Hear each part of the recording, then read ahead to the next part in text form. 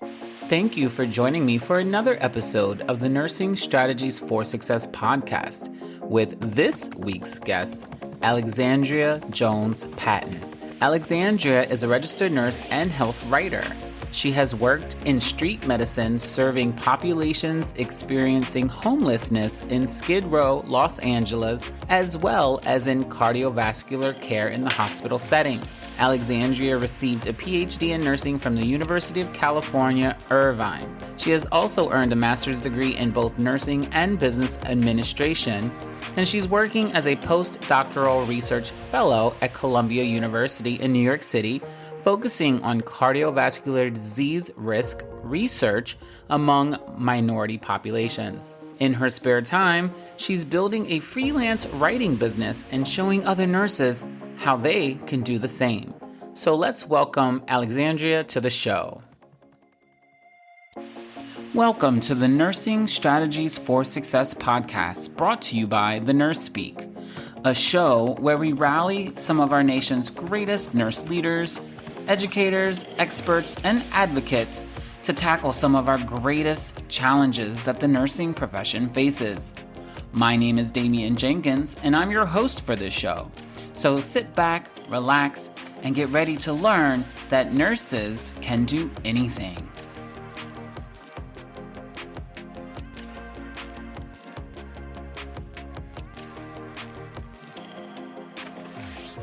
Okay, Alexandria, thank you so much for being on the Nursing Strategies for Success podcast.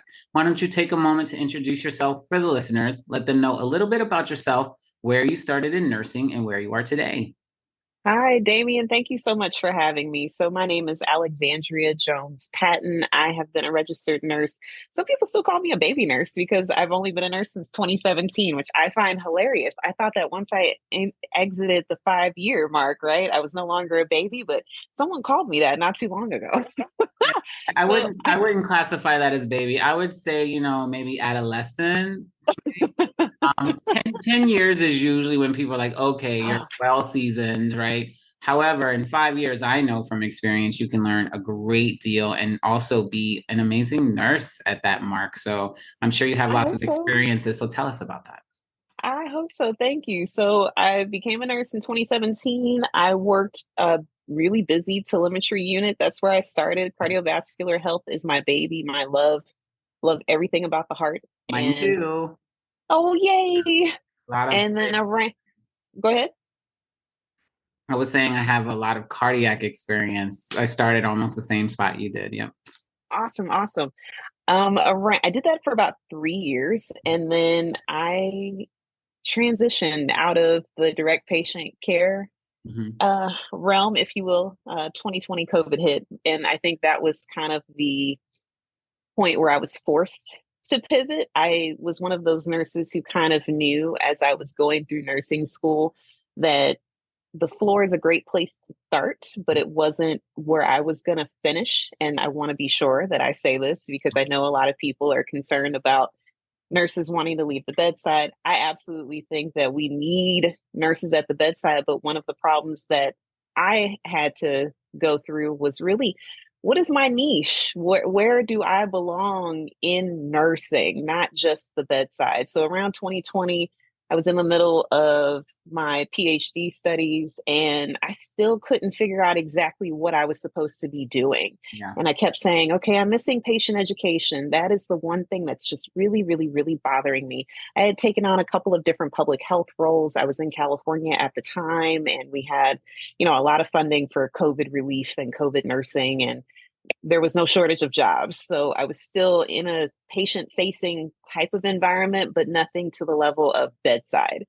And I was noticing that as I'm getting people who are not my patients, but are coming to me with questions, oh, I really miss this. I really miss the education that just breaking down the blood pressure, why it's important to exercise, all of the little things that we sometimes take for granted because we hear them so much or we hear ourselves say them so much. And I said, okay, how do I get this regularly again? And I'm going through my PhD studies, and I swear to you, I don't know how it happened, but I found someone who was in writing, content writing as a nurse. And you know how you just do that one Google search or you just say it one time and it pops up everywhere in your social medias. The sponsored posts all of a sudden pop up and you didn't put anything in Instagram letting them know that you were interested. It's like somebody was just out there listening. That's exactly what happened. Literally listening as you speak.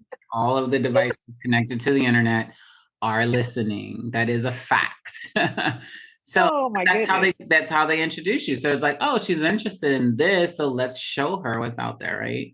Exactly. And that was what forced me to move forward. And I took a couple of classes from different nurse writers who are in content writing, Mhm. and the rest is really history. I'm no longer touching patients, but I'm also transitioning into academia. I know some people are like, wait, what? Like she's doing all of this, but I am. It's a transition period and I'm enjoying it.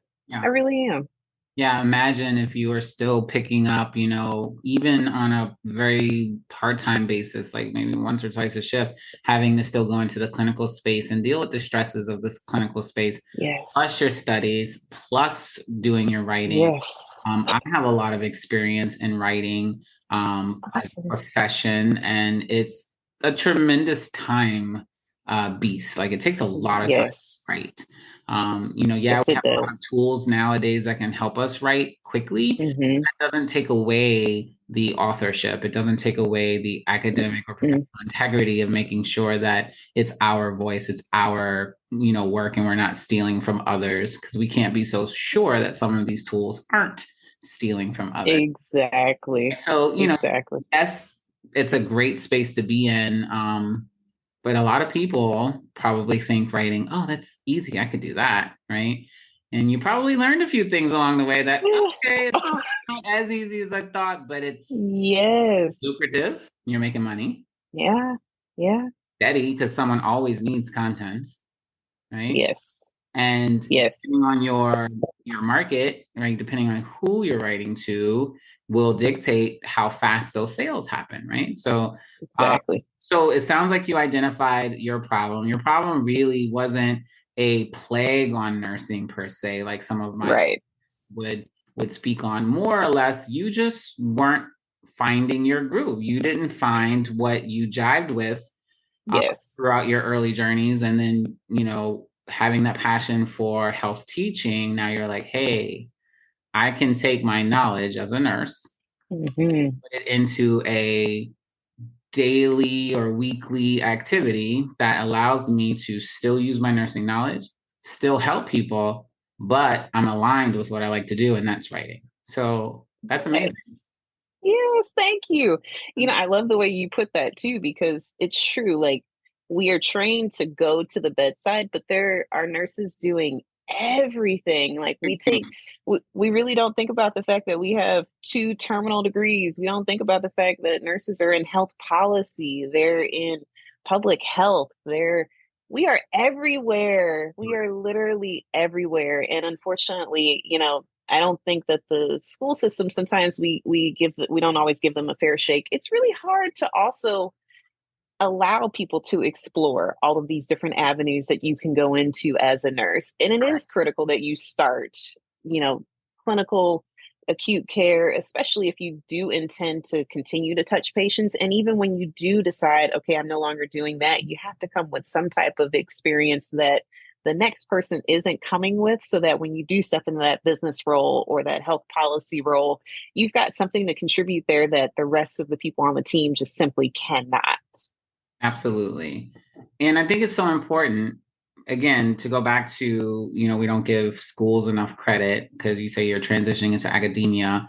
And just Yeah. before we started recording, we were kind of on a little banter about academia. I've been, in and out of the academic space, both at the, trade school level, community college level, Mm, organizational level, like healthcare organizational level, whether it's home care, agency, long-term care, or acute care. I've taught in all of those capacities. I've taught at wow. universities as adjunct.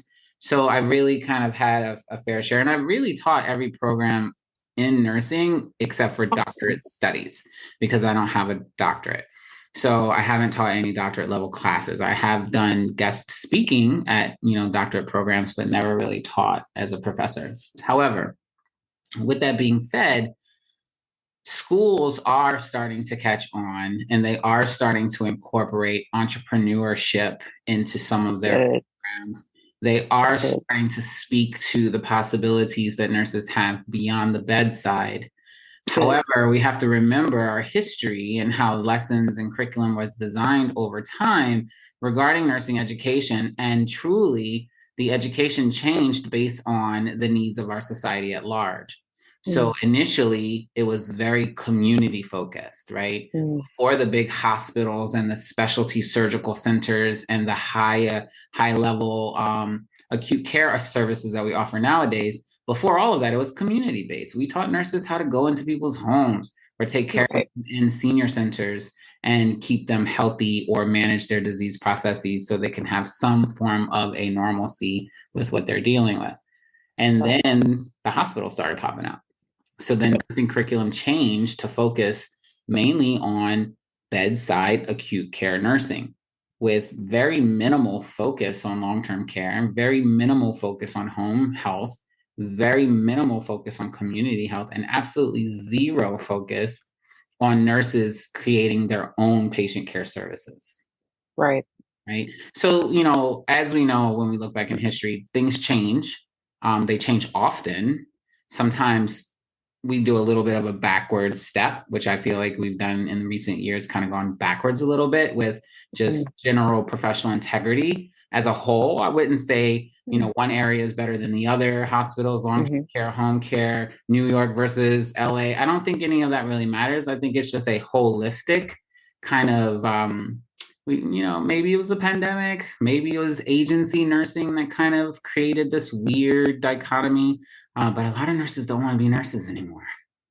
Well, and I think too, COVID had a lot to do with that. I still remember there really being a really big fallout really between just really kind of everyone Yeah. with, well, who's going to take care of this next COVID patient? I took care of the last one, or I'm really worried about bringing this home to my family. I have, chronic conditions too. And Mhm. everyone's screaming like, what about me? Like, when am I going to be the priority? And I don't think that's a hit on us. I think it's just that none of us had dealt with a pandemic and we really didn't know what was going to happen. Yeah. We were taking care of healthy young people and they were dying from this. It was a really scary time. And I think it really kind of opened the eyes of a lot of people to really ask themselves, okay, but really, what am I doing? Am I living in my purpose and my truth? And if I'm not, maybe I need to make some type of shift or I need to figure something out because Mhm. the alignment, like you said, it's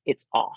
Yeah. And I think pre-COVID, you could kind of sort of mask that still with, different things. But once COVID hit, life really became something where we looked at it differently. We Yeah. looked at our outlook different. Yeah, of course. And, the days of saying, oh, well, a prudent nurse would do this, and a, Hmm. a good nurse would be resilient, and you'll figure out a way to deal with it, right? And Yep. that didn't always work. Way back, Yeah. 14 years ago when I started as a registered nurse, when I got my license, that didn't work then. Being told, oh, toughen up, buttercup, that certainly did not work for me back Right. then. So I know it's not working now either, especially when people are in a mindset of, I don't have to be here, right? I don't have to Right. be in this space. I've chosen to enter into this career. I've chosen to take employment at this organization. I've chosen to accept the schedule and the pay rate, but I can change Mm-hmm. my mind whenever I want. Hmm. And I think some of that has to do with the fact that we're seeing so many different generations That, across the board right now. I'm a millennial, but I know I hear some stories about both my generation and our Gen Zers, mhm. and just the mindset of, okay, am I going to continue to work in a space where maybe I'm not feeling as valued, or how do I change that? How do I go about that? Like there's more push for action, I think, Yeah. which is something that maybe not wasn't seen as much or to the magnitude of some of our other generations. Maybe Yeah. I really don't know too much. I mean, based on my observations, it is. There seems to be a much more immediate need for the issue to be addressed, right? Mm, And mhm. to no, fault to the younger generation, right? They grew up in a world where what they needed was available. Thank Right, thank God for technology and medicine and everything to be able to have it right away, right? Thank goodness right. we're in the country we're in versus some other countries where we have these resources available at a fingertip, right? Mhm. So there is this kind of on-demand, instant gratification, needing something now and getting it. And if I can't Right. find it at this one moment, I can shift and find it at the next moment because there's some app, company, person, delivery service, Something, counselor, tutor that is available and waiting for me. Right? something, right. Created as like this on-demand economy. And Mm, so people are treating employment very similarly. And I so, can see that. with a very tough position as nursing is, it becomes even more challenging for nurses in my position, for instance, who are in the education space, in the administration Mm, space, in the space of creating systems that work across these generations. So that mm, way we're considering the learning methods and preferences of all of these individuals. It's a very wide base of people that we have to support. And we have to be sensitive to the idea that everyone's going to want something presented in a different way. right. It is more challenging for educators and administration at this moment than I think ever before. Yeah, I'm not envious of you. I know that you've got to be going really just Going having some tough days. Yeah, the days are long. I don't find them to be exhausting or stretching myself too thin because I really enjoy Good, what I do, right? So I really good. enjoy being a problem solver. I really enjoy being able to touch those individuals in a way that I wish I had someone do for me when I was a young nurse figuring things out. I like being able to challenge my superiors and say, but wait, does that really make sense? Is this the best approach? Do we think we're being as thoughtful as we should be in this decision, considering the impact that it may have on multiple people? And so, I've never enjoyed like a singular authoritative figure saying, this is the way it is, and then it just trickles down from there. Because I've seen that multiple times and it very rarely works. Mm, Although shared governance can't always be a model in a facility, I do think that right. it's important that we at least attempt to take pieces of shared governance, involve the team from every Mhm, level, and get their insight, get their input. What is their feedback? What would they like to see differently? When you actually invest in learning this information, it's amazing how little the team really wants in return. mhm. They just want to be heard. They want They to feel want like to they're be part of the heard. team. They want to They be want to feel valued. They want Yeah, they want what is due to them. They want their pay on time. yeah, They want to be able to take their breaks. They yes, want to be able to take their vacations. yes. They want to be able to earn that overtime and get it on their paycheck and not have to fight for it. Yeah. They want supplies readily available when they need them. They don't want to have to go searching for them. Yep. Now, sometimes that's an internal issue amongst the team themselves, right? They just don't do the restocking that's necessary. The supplies exist, but they just never put them where they should go, right? Um, Right. but they shouldn't have to daily fight to find a blood pressure cuff because the Dynamap machine or the vital sign machine is not working, right? Down. Yep. Fight to find a medication to give to the patient because someone forgot to reorder it for the patient and it's not available on the unit, Mm, right? Whatever the case is, systems need to be put in place so that way we're supporting these folks just at the bare minimum. If the right. organization can do the bare minimum to make sure everything's in place so that people can do their job effectively, that's all they want. But I agree. we live in a world, and you're in the New York City area, right? I am. I So am. we live in a world in New York City because that's where I am in Manhattan. We're actually right really close to each other. You go to Columbia, right? We are. We are very close to each other. I'm at 100 and Salt in Amsterdam is the facility I'm working at, right? So we're right Mm, there. okay. In New York. and I'm from Baltimore, so I have a little bit of Okay. bias usually, right? From Baltimore for 16 years, most of my nursing career is in Baltimore. So it's hard not to compare. But here in New York, things move very quickly, Yes. and it's very easy to fall behind here. Mm. And I feel like on a daily basis, we're working 4, 5, 6 weeks behind. And so again, it goes back to having the appropriate people in place. If you don't have the actual manpower to be able to do the work that is expected to be done, then that's just to stay on time with everything. You're always Right. going to be running behind. And if anything goes wrong, it just takes that much longer to get it fixed. And to get caught up. Yeah.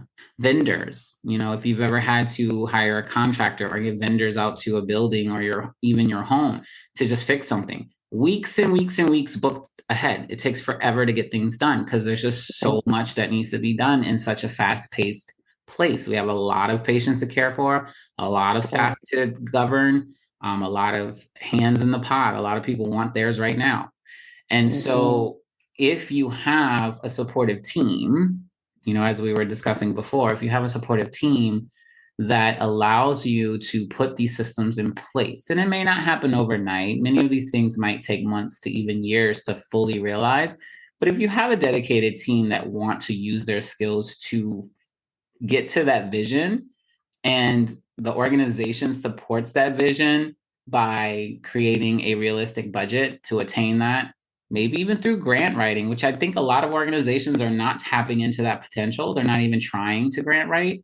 Maybe they need to hire some grant writers, right? We got plenty of people, such in your position, people in PhD studies that would love to leverage their skills to grant write. I know that's a big part of a lot of, doctorate programs, depending Oh on yeah. that, but especially in education. That's how a lot of Oh yeah. education gets funded. Yep. But we need those resources. And if we don't have those resources, I'm just not so sure how long we're going to be able to sustain our current healthcare model, right? The current bedside nursing model that we are trying to keep alive, that you and I specifically know is not working. Well, and I hope too that, again, if, like you mentioned before, if we've got an education system that is warming up at least Mhm. to the notion of allowing for nurses to see really just this wide array of spaces that they can be in, I think that that's really going to help. But I also know too that one of the other issues that we're having too is really getting more nurses into faculty and into teaching. People are looking at it from a financial standpoint and thinking, okay, I'm working at the bedside making double what Correct. you're asking me to, yeah, A to lot do less as, responsibility, really, if you think about it. yeah, Because not only, you go to the bedside, yes, you have life and death situations, you have patients you have right. to worry about. There's a lot of legal and ethical considerations. But when you're teaching students and Mm, signing off on their competence to become yeah, licensed, you are now not only impacting your 6, 7, 8, 10 patients you're caring for in a day, but now you're impacting thousands, right. because I one did. nurse released out into the community can kill hundreds of people before they get Mm, caught, right? it's true. I So did a rotation I of think it's super. teaching. Oh, sorry, go ahead. No, you go ahead. You did a rotation in teaching. I I did a rotation in teaching during my PhD studies, and I have never been more terrified Mhm. of, having to really teach new nurses, new nursing students about nursing process Yeah. and ADPI and really getting them to critically think. We try our best to create this NCLEX world of everything's perfect, all of the resources are at their hands.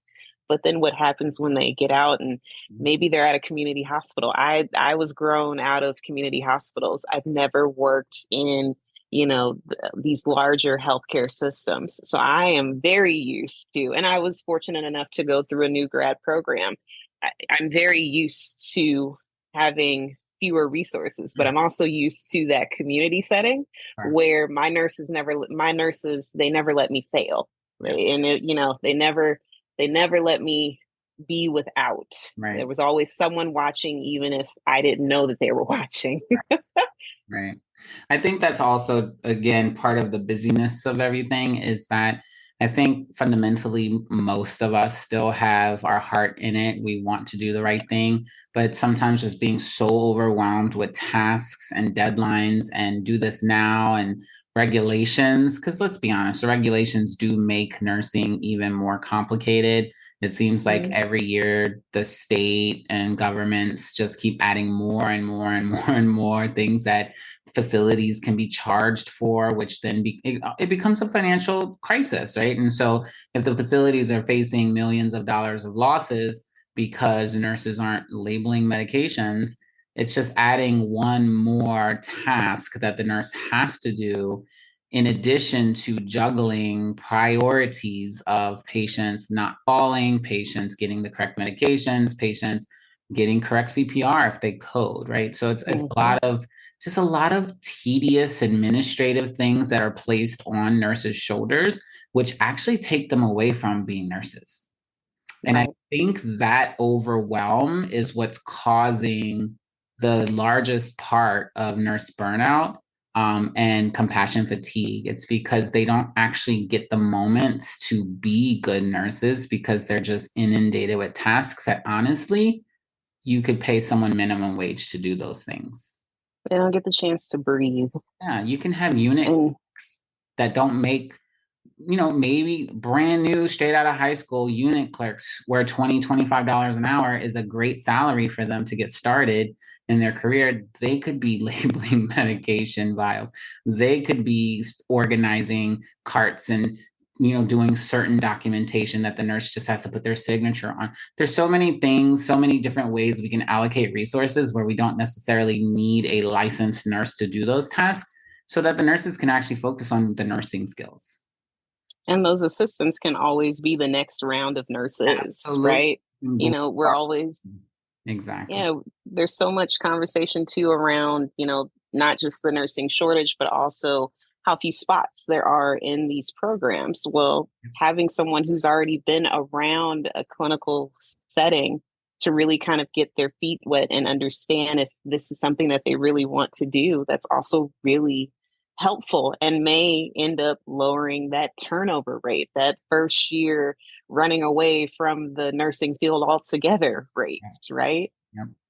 Yeah, and partnering with schools is also something that I'm continuing to doing. Although I'm not currently working in an academic institution and I'm in a clinical institution, I find it super valuable to partner with school affiliations and bring students into the building. Because I believe giving everyone an opportunity to get a good education. I know our facility is a great learning space. It is one of the nicer facilities from what I've seen from my own experience. We have a lot of resources, we have a lot of support. However, there's also some real world situations that everyone needs to be exposed to sooner than later, which I think is great, especially for these new CNA students, these fundamental Mm. nursing students. And we even get some senior nursing students that are coming back through the long-term care setting, which I think is excellent that nursing Yeah. programs are bringing their senior nursing students back through the long-term care arena because long-term care needs good new grad nurses. Oh, yes. So, because we can really grow them, and in long-term care, you can go from a bedside nurse to a unit manager in a year and a half, 2 years if you're good and you excel. So there's a lot of room for growth in long-term care as well. So, And some people really love long-term care too. They find that they really right. thrive there and it's not as for them for some reason it's just not as stressful. They just really thrive in the specific type of stress that comes with long-term care. I started in long-term care as a CNA. Yeah, it is stressful. Long-term care is stressful. You have a tremendous amount of residents to care for. The ratios are much larger than you would get in a hospital. Right. With the aging population and the continued addition of comorbidities that our population is facing, long-term care is no longer a cute little nursing home where grandma and Subacute. grandpa are sitting around all day, right? It's Right. becoming mostly subacute rehab. That's the need. That's what our community needs. We need beds for subacute rehab to care for these people before they're safe to go home. And a lot of our senior citizens who are well enough to be in a long-term care space are finding themselves staying at home because now we have more community resources because our education kind of went back to getting people out of institutions and putting them back into the community. So a lot of these long-term care facilities are slowly transitioning to be mostly subacute rehab, which also there's a financial incentive to that. They need more care. So the more care we provide, the more the facility can make. So from a business standpoint, it makes sense. From a community needs standpoint, it makes sense. Now, if we were facing ethical dilemma of having these long-term care patients homeless, then it would be a big problem. But that's not the case. So, as Yeah. long as it's moving the way it's moving now, long-term care settings are a great place for a lot of nursing skill. Believe it or Yes. not. So you started off as a CNA, but you didn't work in long-term care as a nurse at first, right? I did not know. I started in long-term care right away, straight out of straight out of college, because I didn't want to wait like some of my classmates. I just wanted to get in there, get my feet wet, and start doing nursing. Mm. Let me tell you, a year and a half later, out of that long-term care, when I got into that tele floor, that progressive telemetry unit, I was running circles around the I other bet you were. skills. I bet you were. With time management, with handling stress, with communicating, with, anticipating issues. I was, wondering where's the social worker, because in long-term care, you do a lot of communication with the social workers. And I was really taken aback by the nurses at the hospital don't talk to the social workers. What? What? Right. Not me. Right. I went to their office. I still talk to them and they were so surprised. They're like, so much helpful information. Thank you so much. And I'm like, that's my job. But, but, I ran circles. So, any new grad nurses out there, nurses who are interested in long-term care, let me tell you, you're going to learn your skills and you're going to learn them quick. It's very true. I still remember some days of, being on telly and having someone in a step down or an ICU come to our floor and they just are like fish out of water. Like, what do you mean the patient's awake and up and walking and running down the hall? And What? Yeah. what? Tubed. They don't talk. We just do what we need to do. And that's Exactly. yeah. Exactly. Yeah, and so now in a long-term care space, you have a large population they're confused, a large Exactly. population that are bedbound and they have wounds, a lot of wounds that you wouldn't normally see in a hospital unless it's an ICU type setting or something like that. Right. Yeah, so long-term care has a lot of opportunity. All right, so Alexandria, talk a little bit about what you're doing with your writing and if you have any way for folks to get in touch with you. Yeah, so I'm in the health and wellness, heart health, mental health, because mental health is my second baby. Mm-hmm. I'm in those spaces. So most of my clients are in those realms. I do a little bit of ghostwriting as well. Mm-hmm. I love it because, again, I don't have to do it every day.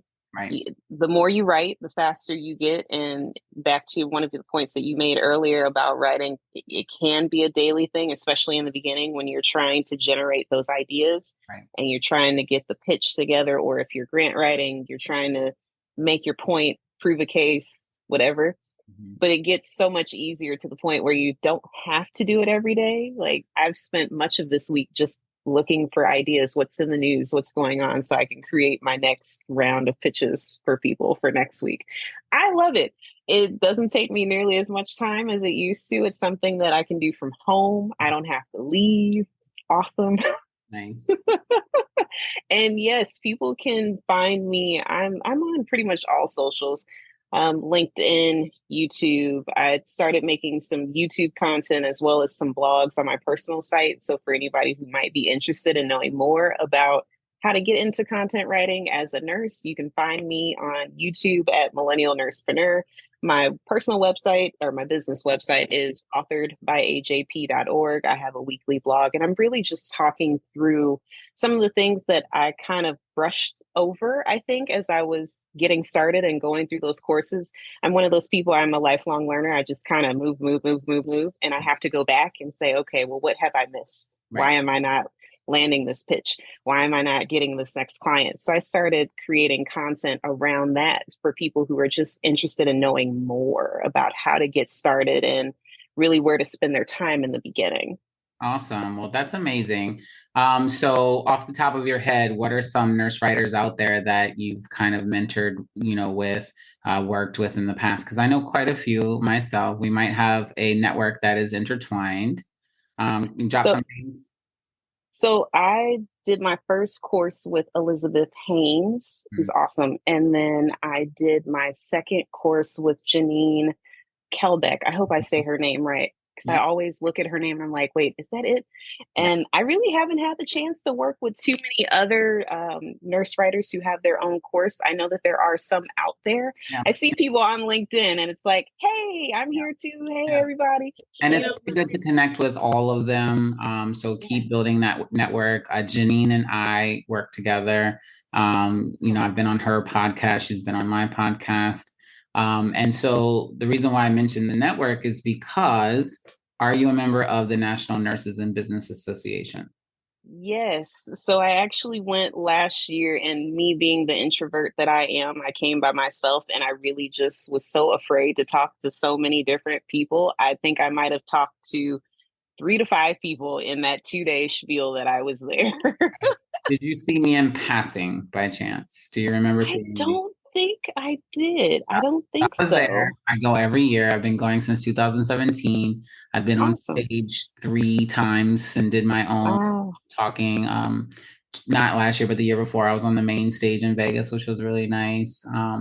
But yeah, so the National Nurses and Business Association is an amazing place to continue to connect and network.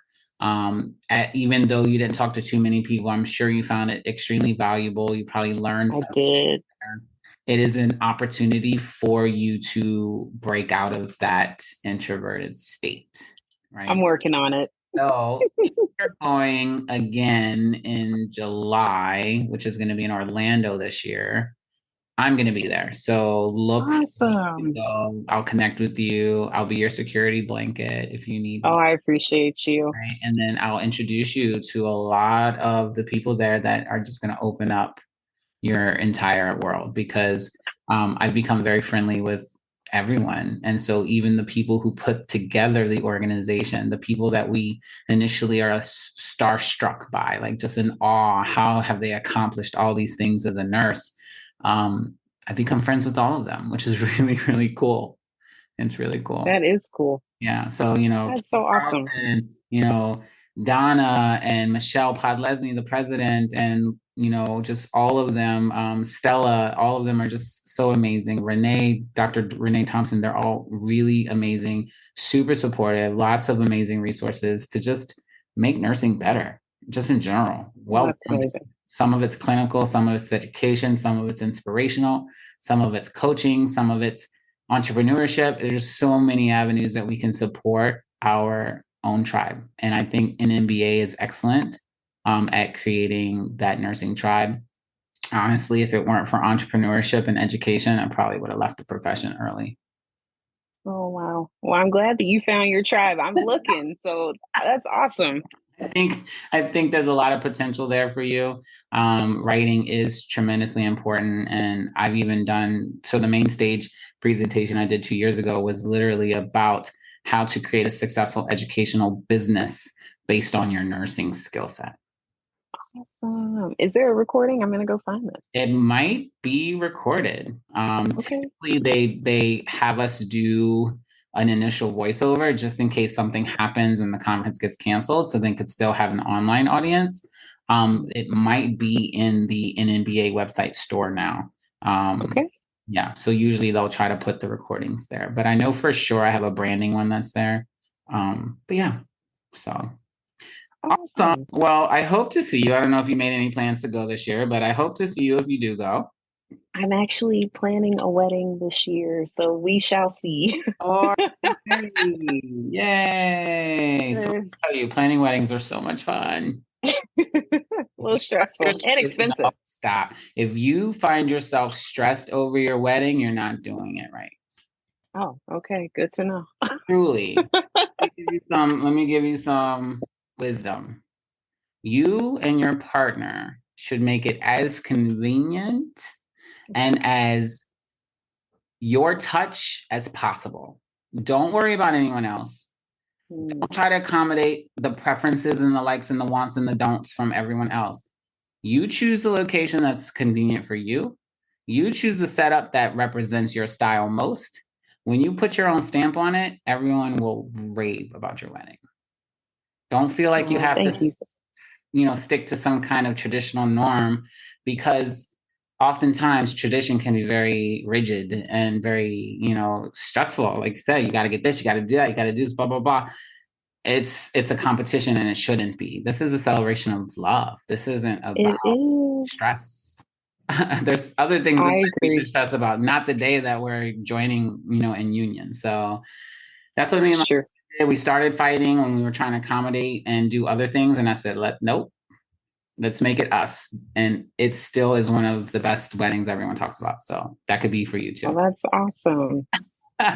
Look, y'all didn't know the podcast was going to be about weddings and stuff too. That was a learning opportunity here on I'm here for it. Success. Awesome. Well, thanks so much, Alexandria, for joining me on this episode of the Nursing Strategies for Success podcast. It was a pleasure speaking with you. And again, I know you're planning that wedding, but hopefully you could squeeze in that weekend in July at NNBA. So take care. I will definitely try. You too.